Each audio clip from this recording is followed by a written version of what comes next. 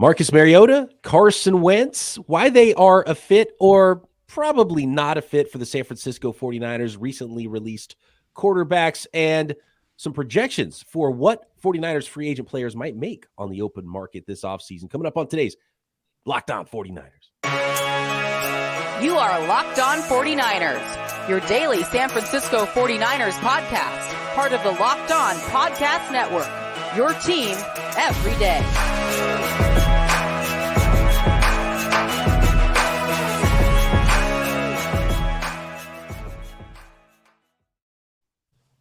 Welcome to Locked On 49ers. Brian Peacock and Eric Crocker with you, as always, at BD Peacock, at Eric_Crocker. Thanks, everybody, for making us your first listen on the Locked On Podcast Network, your team every day.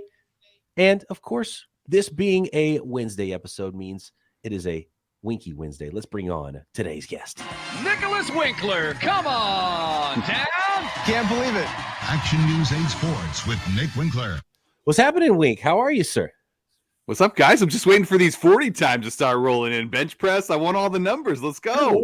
The combine, man, it's slow plays you. You get all excited. Everyone shows up in Indianapolis on Monday, and then it's like you get nothing until Thursday. It's crazy.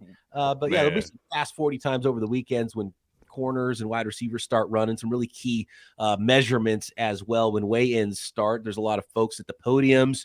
We'll get some John Lynch quotes as well, who's hitting the podium Tuesday, kind of as we are recording here for the Winky Wednesday episode. Tomorrow, Croc and I will get into all of that stuff. And, of course, we'll have it covered for you with different prospects and different, important news that rolls out of Indy, which always happens every single year. But on today's episode, there are brand new free agents on the market, guys. And I want to start there with the quarterbacks before we start talking about some in-house free agents and some Pro Football Focus projections. Shout out to my guy, Brad Spielberger, a friend of the program that we'll have on at some point this offseason to talk contracts as it pertains to the San Francisco 49ers. Has some projections on what some of the 49ers free agents will make on the open market. And we'll kind of go through, maybe say yay or nay on what we think those guys will get and if they should get that number from the 49ers. But first, a couple of interesting quarterbacks, a couple of highly drafted quarterbacks. The 49ers have a number 3 overall pick already on the roster. They could add a couple of one. They wouldn't add both, but maybe one of a former number 2 overall pick in Carson Wentz and Marcus Mariota that were recently released. Croc, start with you first. Marcus Mariota, Carson Wentz. Do you like either of those names for the 49ers? Should they stay away at the right price maybe? What do you think about a couple of the new free agents that have hit the market after being released recently? Out of those two guys, I mean, the answer is definitely Marcus Mariota. And for 2 reasons. One, on the field, and the other reason is going to be off the field. Let's start with off the field. It feels like anytime you get some inside information on Carson Wentz and kind of who he is, everybody hates him. Mm-hmm. You know, like they hate him. They're giving him away as talented as he was initially coming into the NFL, a guy who was really kind of on pace to potentially win the NFL MVP award. And now it's like, we just don't like you. So that's a really big red flag. But also on the other side, on the field with Marcus Mariota, although he's not the most special thrower of the football or anything like that, I think his skill set is easier to scheme around, right? If you need somebody to come in the pinch, he can help you in the run game. Some of the things that you want Trey Lance to do, right? Be able to kind of run some of that read option that can kind of stretch some of the defenses. And also, he can make some throws, again, make plays with his legs. So I think just his skill set is easier to scheme around as opposed to Carson Wentz, who, for the most part, has to play in the pocket. Now, he is very talented as well. He can make plays with his legs, but not to the same extent of Mariota. So Mariota, the person he is, how he prepares, all those things, I think you're going to get the most out of what he is, which might not be as great of a talent as Carson Wentz, but definitely has been a better NFL quarterback as far as consistency goes in his career. But if we're talking about a backup quarterback and a guy who hasn't, or maybe like you said, he was just a few weeks away from winning an NFL MVP award, maybe it is Carson Wentz, right? Maybe it is a guy who needs to have a coach who can tap that potential again. You know, and maybe it's Kyle Shanahan, maybe it's Kubiak, you know, maybe it's one of these guys that can actually get to him, and he'll be a backup. Let's not talk about these guys coming in and starting. We don't plan on that happening. We want Trey Lance to win the job. We want Brock Purdy to win the job. We want one of these two guys to be out there under center for the 49ers. But if you could bring in a guy with huge upside, I'm talking about Carson Wentz, who has shown that at times he's been brilliant. Yes, I agree. A lot of people aren't a big fan of his off the field. I mean, last year in Washington, Taylor Heineke, right? Everybody was like, oh, we love Taylor Heineke. He's not as good at anything that Carson Wentz does. Carson Wentz has a better arm. He's stronger, he's faster, he's bigger, he's taller, he's all these things, but we prefer Taylor Heineke. So that says a lot about Carson Wentz as a quarterback and probably as how he runs a huddle. So there is that downside of it. But if you want to go like, hey, let's see if we can tap into some potential that could really be the sky's the limit, maybe Carson Wentz is the guy for that. And also Carson Wentz, again, this is the part where it's like people just don't like him. His last year in Indianapolis, obviously they had a 9-8 record, not amazing, but 27 touchdown passes, 7 interceptions on the season. I think most people would say, hey, I would take that, right? Yeah. That's not bad. So why are teams so just, hey, yeah, we'll just get rid of this guy? There's got to be something else. As far as just pure passing numbers, Wentz has had the best seasons, and there's a lot of people that point to. It was almost like an Antonio Brown, where he got hit by Vontaze Burfict, and people think that maybe is what knocked a screw loose with Antonio Brown. Well, that's what Antonio Brown said. Antonio Brown said that he gave him CTE. Yeah, and he actually said the wrong person too, right? I think he said like James Harrison, even though it's not the guy that hit him. It was his own teammate. So that's how bonkers Antonio Brown is. He didn't even know which guy hit him. Man. But with Carson Wentz, there was a similar really dirty hit on him up around the head area, and then he had the ACL, and I think those injuries were pretty close to each other, and he was never the same after that in Philly. And then they went on and won a Super Bowl without him with Nick Foles, and he was kind of never the same guy. But even since then, you mentioned it, Croc, he was still above 500 with an Indianapolis Colts team that went with the number 4 pick in the draft this year. So they were better actually last year with Wentz than they were with Matt Ryan. And his 27 touchdowns to 7 interceptions, 62.4% completion. He's definitely kind of a YOLO ball thrower, Jameis Winston almost style, where he's got a big arm and he kind of just chucks it up. And in fact, the 49ers played that team. You remember, it was in the rain. And then at the end of the game, he just started chucking the ball up to guys who were covered. And it was like 50-50 ball, 50-50 ball. And it worked for the Colts. Right. They beat the 49ers in 2021. But Marcus Mariota, I think, is a better fit personality-wise. I think it is pretty important. I don't think he's been as good of a thrower throughout his NFL career. Last year, he completed 61.3% of his passes for the Falcons as a starter for 13 games.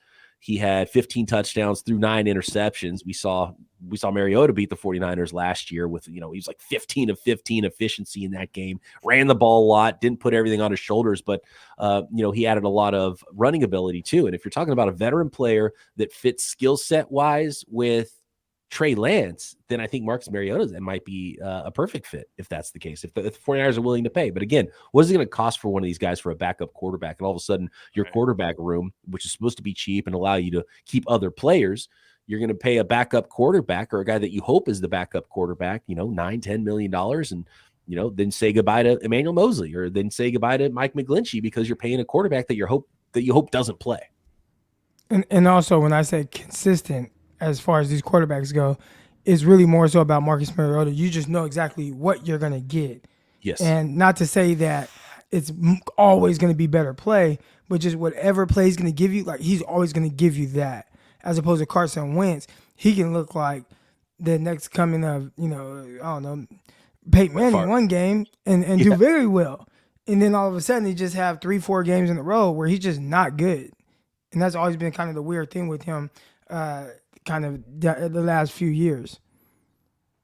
So Wink, it's a yes or no on either? I think I guess a no on both, right? I think you mentioned it. The key was the price tag. I think it'd just be too expensive to bring these guys in as essentially what you're going to want to be your third quarterback. I know they're talking, there's a lot of rumors out there about the competition committee getting together and creating a 49er rule, where you can have that third quarterback that's only there for emergencies suited up on the side. I think that's what the 49ers are going to be looking for going into the free agency in the quarterback room, is that third guy. Because I think they feel pretty confident with Brock Purdy. And then, you still got Trey Lance. You've invested a lot in this kid, and you hope that he steps up and takes over that job, right? I mean, that's why you gave so much to get him. So I don't think they're going to spend any money on a big name guy. It might be a guy that everybody knows. Like, it might be a cheap guy that's kind of been bumping around, a veteran, who's just looking for a landing spot. I think makes a lot more sense for them.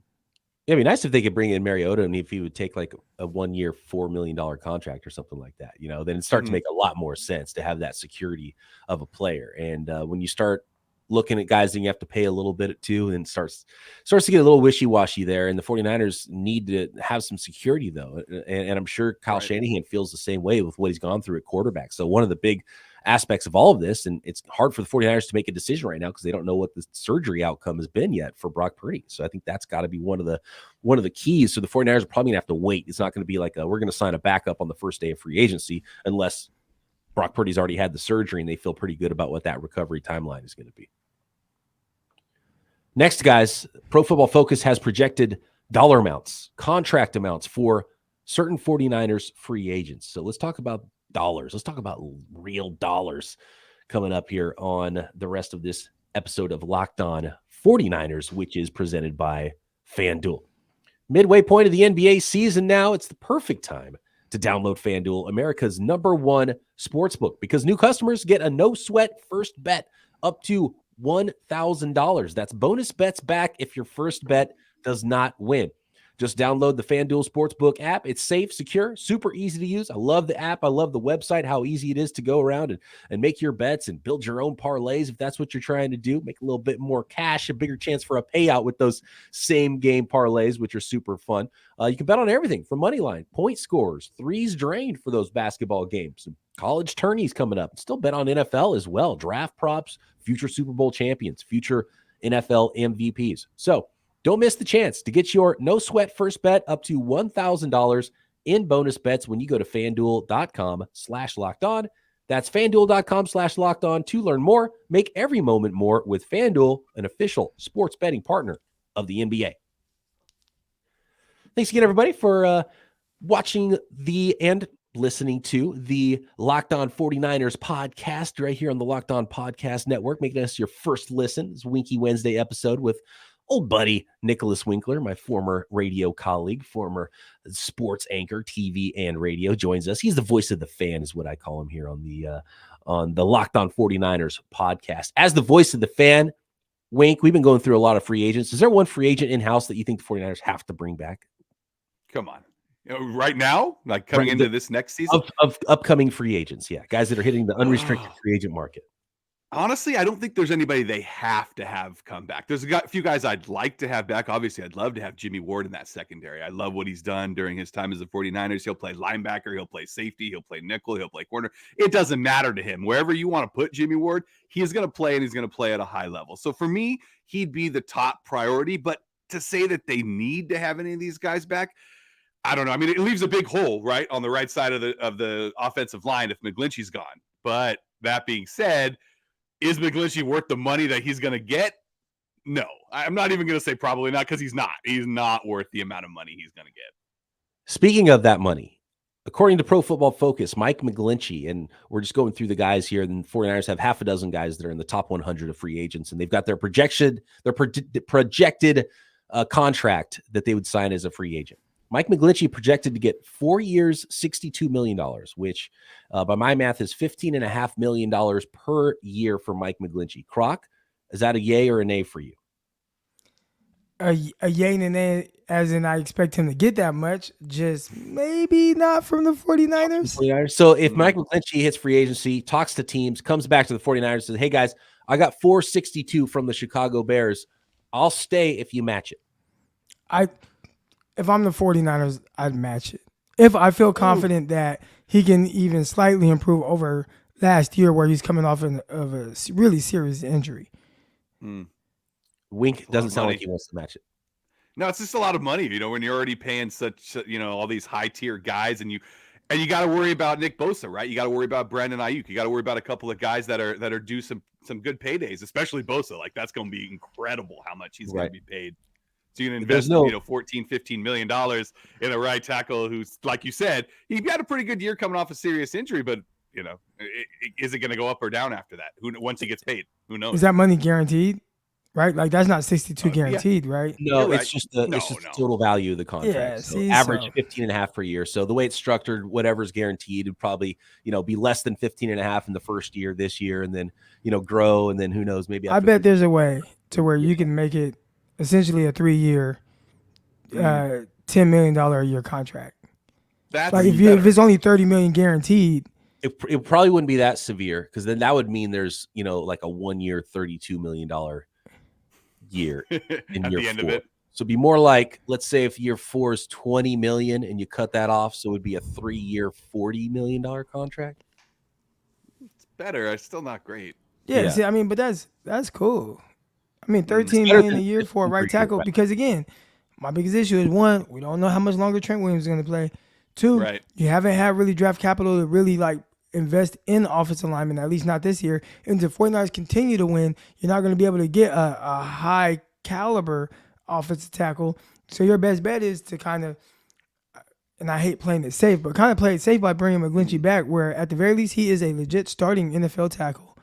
And if Trent Williams retires after next season, you only have one spot that you have to look to fill up. This is where it's important that McCaffrey stays healthy, that Trey Lance turns out to be something for you, or you trade him to get a pick back, because that's where you start to miss out without 3 years of a first round pick, is drafting positions like big time defensive linemen, offensive tackles, corners, wide receivers. It's really hard to find really impact players at a lot of those. You can find a tight end, you can find interior offensive linemen, you can find rotational defensive linemen, you can find safeties outside of the top 50 picks, but it starts to get a little harder to find impact players at positions like offensive tackle if you don't have those picks. But with a position like right tackle, I mean, is it and McGlinchey for that instance? Let's say he is going to be the right tackle, right? You give him a 4-year contract, right? And then after the season, Trey was like, "I'm done." Is McGlinchey the kind of guy that could pop over to left tackle and take over the more important tackle position, or are you then hitting the market for a left tackle, which is even harder to find? That's a good point, because you'd still be in the market for a left tackle. I don't think you're flipping McGlinchey over to the left side. Right. Yeah. Could you get a guy that is more so a left tackle, but you play him at right as long as Trent Williams is there, so then you have a little bit more versatility if Trent does decide this is it. I mean, you'd be drafting and developing and hoping some of the guys you have in-house, and you'd be kind of waiting to where you have to spend either in trade, and you would have a first round pick again in 2024 to either go draft a guy, move up in the draft, trade for, go trade for Laramie Tunsil or whatever, if you have to do something like that. So there's more options next off season in 2024, just because you have those picks. You have a first round pick and a second round pick again, and you can go make things happen with either drafting or trading for guys if that's the way you have to do it. Jimmy Garoppolo projected to get a 1-year contract for $15 million. I feel like that's a little light. Yeah, I don't know. Maybe not. Maybe I'm wrong. Yeah, the injury history.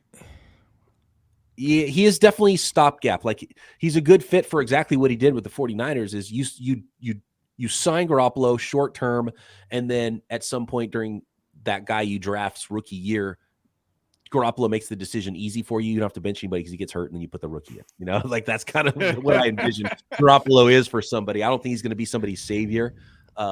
But I feel like he'll get a little bit more than someone like Wentz, someone like Mariota. And I think a lot of those teams screwed up last year because they went for Mariota and they went for Wentz, and they could have had Garoppolo. They went for, like the Panthers with I don't know what the Panthers were doing at quarterback. They should have just stuck in the draft and drafted Justin Fields in 2021. But he's better than Trubisky, right? If we're looking at quarterbacks and what they got last offseason, Wentz, they traded 2/3 for Wentz. It could have been a second round pick, but the Wentz didn't, I don't think, hit the incentives or hit the marks for Indy to get that from Washington. But that's kind of the deal. And, we're hearing some reports this year that would have been Garoppolo's deal with Washington, but he had the injury.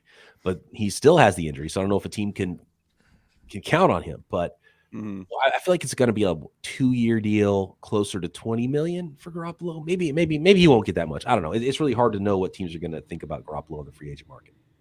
Yeah, I was expecting like really 20 to 25 million a year for him. Right, dude. They're talking about what he's worth, right? Yeah, I think so. He's taking a pay cut too versus what he got just a few years ago with the 49ers. And not just that. I mean, that's far less than some of the other guys like Dak Prescott, right? Like I kind of look at Dak Prescott where he's right at that bubble of the quarterbacks where you want to improve over, but kind of can't. But also, he's not in that Better elite than most. category. So I mean, if he's getting north of $40 million, then Jimmy They're G talking absolutely should get minimum 20 to 25, like minimum. They're talking about giving Daniel Jones $40 million, That's Right. crazy. which blows my mind. Like, I'm for sure letting him walk and signing Garoppolo if those are my two options, right? Like, not even close.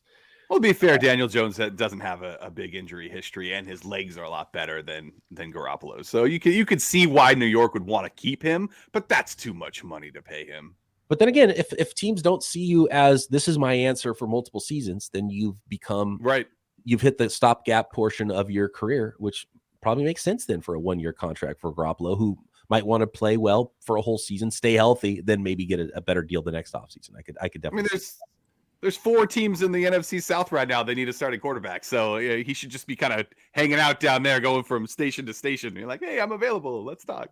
One thing that seems very likely, even though we're talking about stopgap type quarterbacks, it's not going to be with the 49ers though, right? Which is kind of wild. So he's not going to see that 1-year 15 from the San Francisco 49ers. Projections for free agent contracts for Charles Omenihu, Jimmie Ward, Samson Ebukam, and Azeez al-Shaair next, plus the kind of money that people are throwing around for Nick Bosa's projected new contract as well.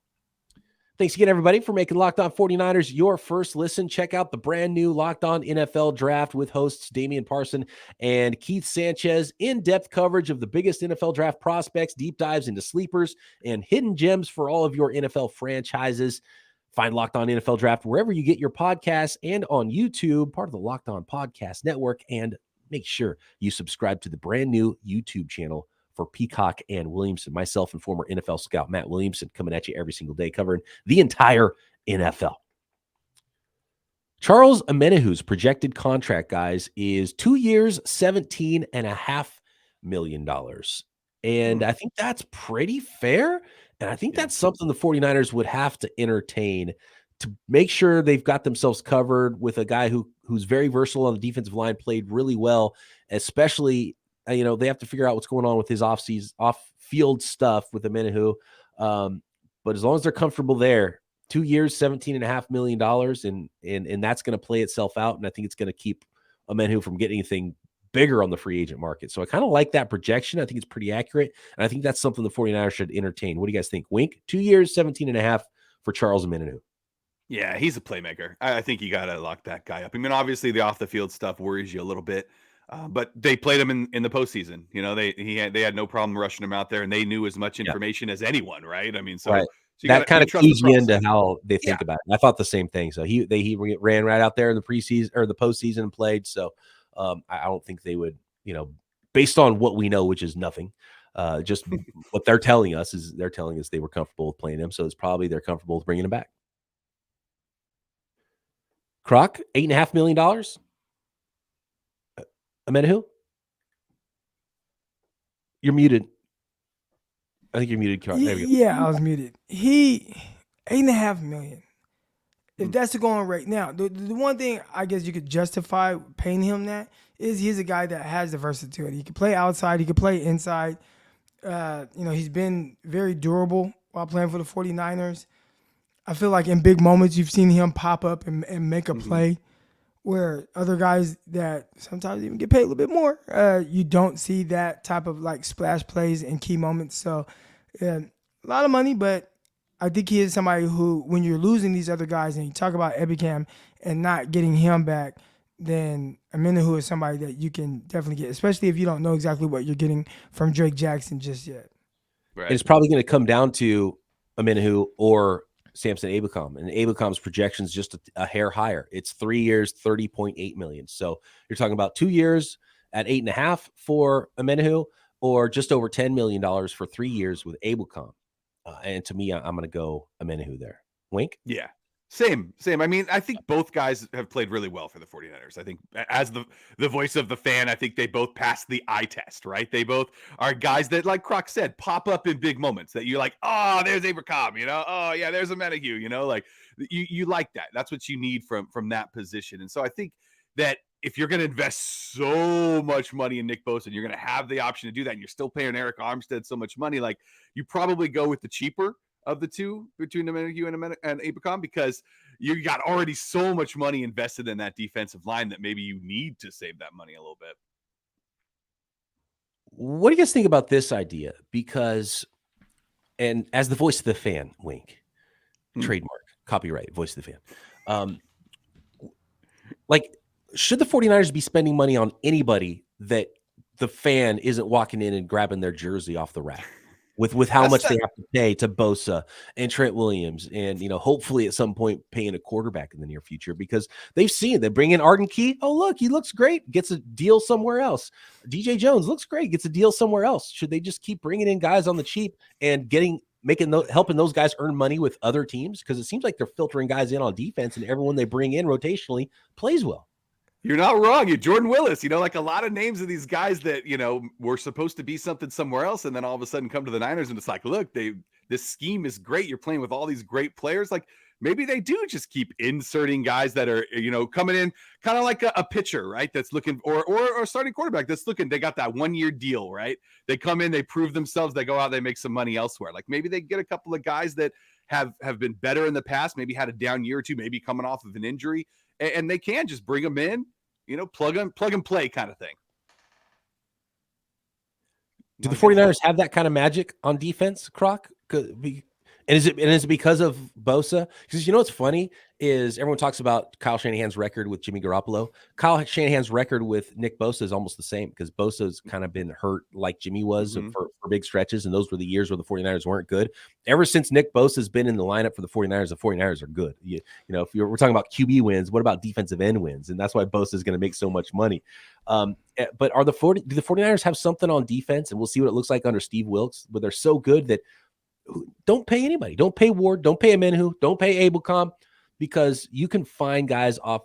You can find Tayshaun Gibson. You can find the next Omenihu, the next Ebukam, the next Arden Key, the next T.Y. McGill. T.Y. McGill is probably someone they should bring back.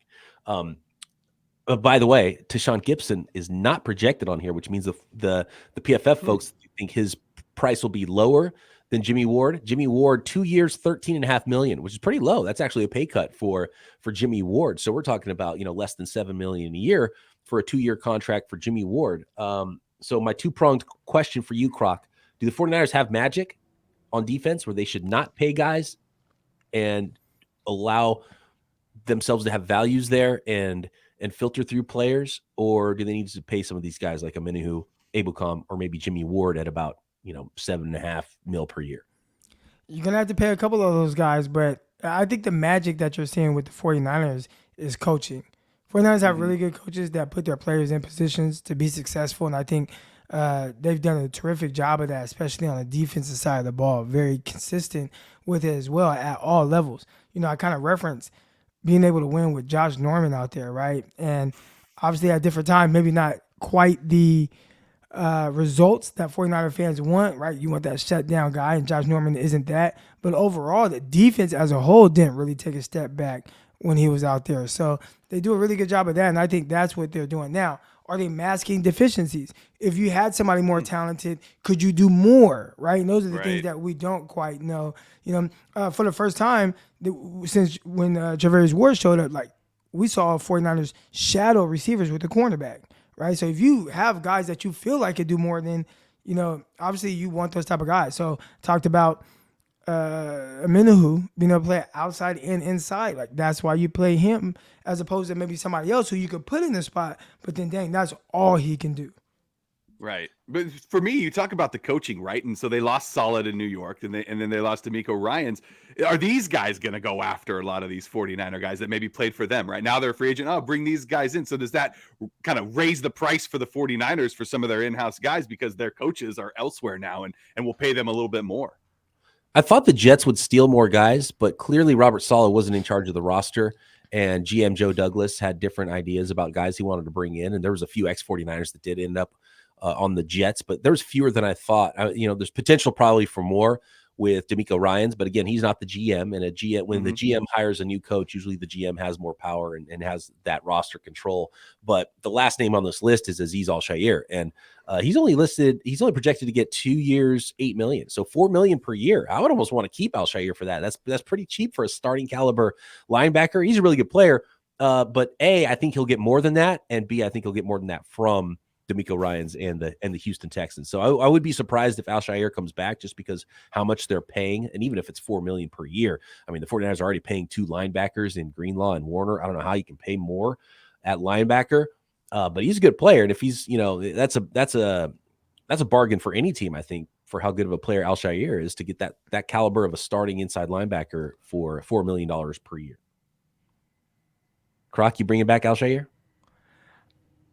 I like him, but I think I can let him walk with who the 49ers have at the linebacker position. I do think out of all the positions, that's a spot where you can plug someone else in and he not have to have like the biggest of roles, but still do well because of the other guys. And I think, obviously we all know about Fred Warner, but Dre Greenlaw, who I was thinking about talking about, Greenlaw, I mean, I feel like he's kind of the tone setter on that defense. And Fred Warner does a lot of it too, but man, those guys, I don't know if they just feed off of each other, but as long as you have those two, I don't think you have to bring back an al-Shaair, which I'm surprised I'm saying that, because a year ago, I was getting messages from people in the Indy after watching the 49ers versus Colts game, and they were asking, who the hell is 51? And is he the all-pro linebacker, or is it Fred Warner? And now I'm saying, you don't really need him. Yeah. Do you remember last offseason, Croc, we were saying probably trade Greenlaw and keep al-Shaair. And if this is the prices they're going to get, al-Shaair might be cheaper than Greenlaw. And I like Greenlaw, but I like al-Shaair too. And if he's going to be a lot cheaper, then maybe that was the way to go for the 49ers. If they could have gotten something. But by the way, speaking of getting some, I think at least 4 of the 6 names we're talking about here are probably going to walk. Maybe 5 of 6, maybe all 6 of them end up walking. We're talking about comp picks, guys. Niners collecting comp picks like they're going out of style, and it's been very important.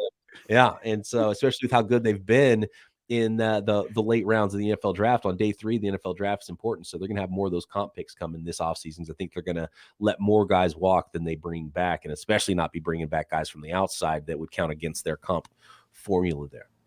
Well, like you said, Croc, you got to kind of find places to bring, in cheaper guys, especially if you're going to give Nick Bosa kind of quarterback money, right? You need to trim areas, that maybe, $4 million's cheap for al-Shaair, right? But you can bring in a guy for less than that, and then kind of push that money towards the Nick Bosa fund. Speaking of Bosa, from everything I've seen, he's projected to get something like, and he wasn't part of this article from PFF with free agent projections because he's not a free agent, but he's projected to get the most of any non-quarterback in NFL history, which would be over $30 million per year, something like $30 to $35 million per year, possibly for Nick Bosa. I'm looking at the edge rushers right now. His brother is the second highest paid defensive end in the NFL. Joey Bosa had a contract worth a total of $135 million, which is $27 million per year. TJ Watt went just a little bit over that, $28 million per year. So you're looking at, 20 at the very minimum, probably $29 million per year for Nick Bosa, and he could surpass Tyreek Hill, who's getting exactly $30 million per year on his new contract that he signed with the Dolphins after that trade. And I believe the other highest paid non-quarterback is Davante Adams, around $28.5 million, I think, at wide receiver. So that's the low end of the neighborhood, probably $29 million, and the high end is maybe even $35 million. I don't know if he'll get that much, but he's going to get $30 million per year probably, is Nick Bosa, and very likely be the highest paid non-quarterback in NFL history. So, yeah, you got a quarterback contract for a non-quarterback too, even though you got a very cheap quarterback room at this point. Yeah. I think what you do is you have like quarterback money, right? And then you have game changer money. And all those guys you named are game changers. Offense or defense, doesn't matter. Like, can you go out and change the trajectory of your team's game with 1 or 2 plays? Yeah, those guys can do it. Yeah, does the opposing team have to change the way they play because of the player on your side of the ball? Yeah. And a lot of people, and this is why a lot of people are talking about having a separate salary cap for quarterbacks too, is because it's like, imagine how different imagine if Trey Lance hit, right? And you have a star $9 million quarterback versus a team that has to pay $45 million for Daniel Jones. You know what I mean? Like that's right. Pretty wild. And it's a quarterback driven league, but some players do impact the game that much. I think Nick Bosa is one of them. And, guys like Tyreek Hill, Davante Adams, TJ Watt, those guys are too. 49ers can do what they want to do with cap. Here's the other thing I'll say about the salary cap before we go, guys.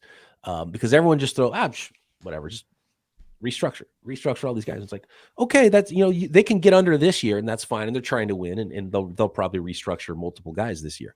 But again, you wouldn't have to make $9 million of cap space if you didn't already restructure D Ford, who now you're paying $9 million to not play football for you. So you end up paying that and it just keeps on going and compounding year after year. Whereas don't make bad decisions now. So that way you have to restructure guys later to pay someone $9 million to not play for you. So there's that as well. So you don't want to go crazy with the cap gymnastics either. Good call. Thank you everybody for listening to that rant from me about the salary cap, which I really don't know that much about to be talking about it. We're going to have some salary cap experts here on Locked On 49ers with us this offseason. Appreciate Nick Winkler always joining us every Wednesday, whether it is the on-season or the off-season. Thanks, everybody, for making us your first listen every day here on the Locked On Podcast Network. And Croc and I will be back with you tomorrow right here, Locked On 49ers. See you.